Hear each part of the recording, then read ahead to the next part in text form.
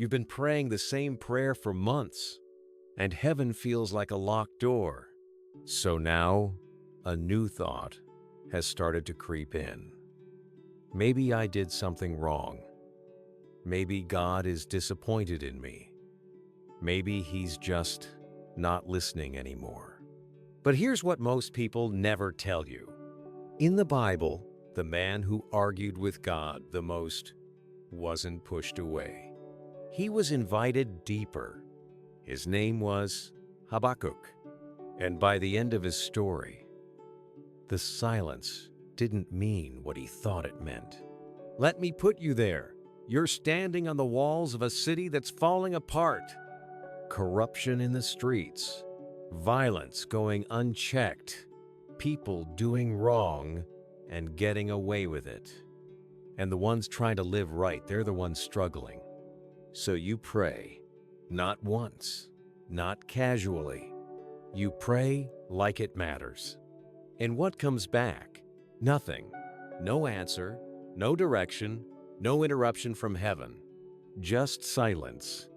That's where Habakkuk is. About 600 years before Christ. Most prophets spoke for God to the people. Habakkuk turns around and speaks to God for people like you. And his first words aren't careful. They're not filtered. They're raw. "O Lord, how long shall I cry for help, and you will not hear? How long? Not if.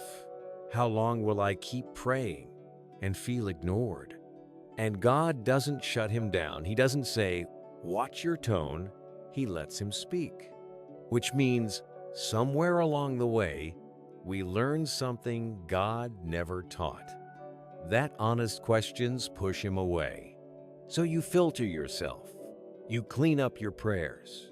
You say what sounds right, while quietly losing connection with him.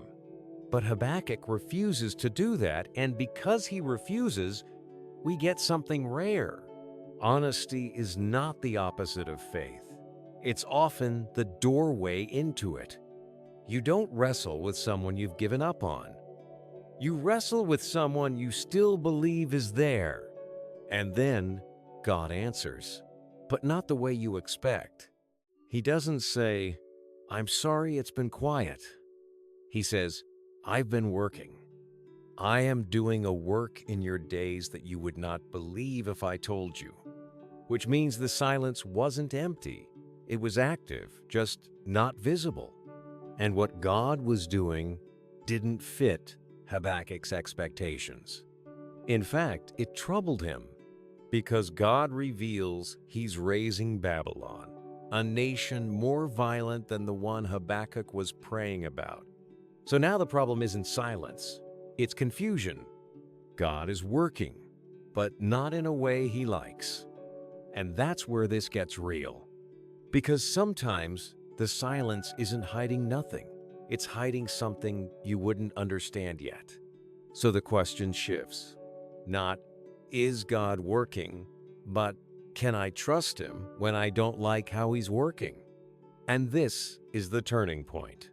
I will take my stand at my watchpost and look out to see what he will say to me.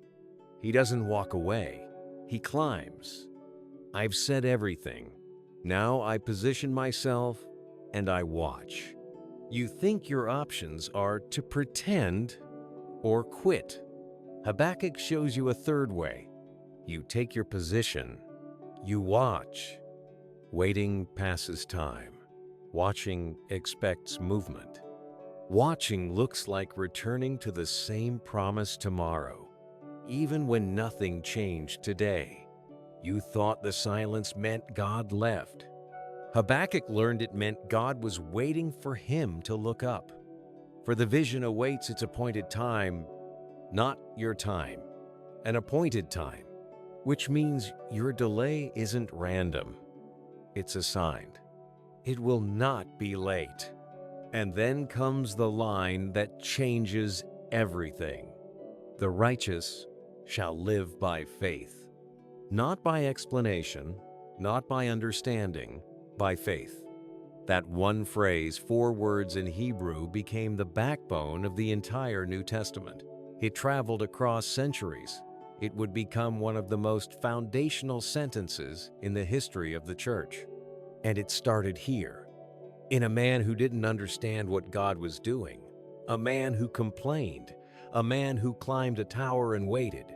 Which means Habakkuk's confusion wasn't a detour from God's plan, it was exactly where God was working.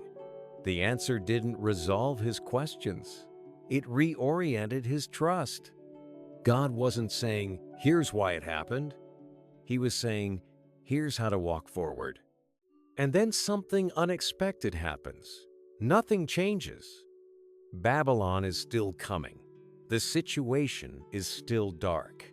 But Habakkuk song, not after the storm passed, not after the circumstances improved, not after everything made sense. In chapter 3, while everything is still falling apart, he writes one of the most extraordinary declarations in all of Scripture.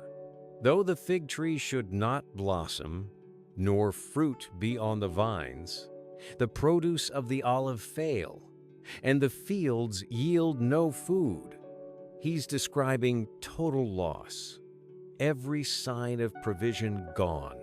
Yet I will rejoice in the Lord. I will take joy in the God of my salvation. Same man, same situation, different heart. The silence didn't break him, it rebuilt him. That's not just poetry. That's what happens when someone stops performing and starts being honest with God, climbs the Watchtower instead of walking away, and trusts the appointed time even when they can't see it. Something shifts. Not the circumstances, the person. So if God feels silent right now, don't perform. Be honest. Don't walk away. Take your position. Don't wait for everything to be okay before you trust. Start the song early. Because here's what Habakkuk discovered that most people never learn. The breakthrough might not come around you first.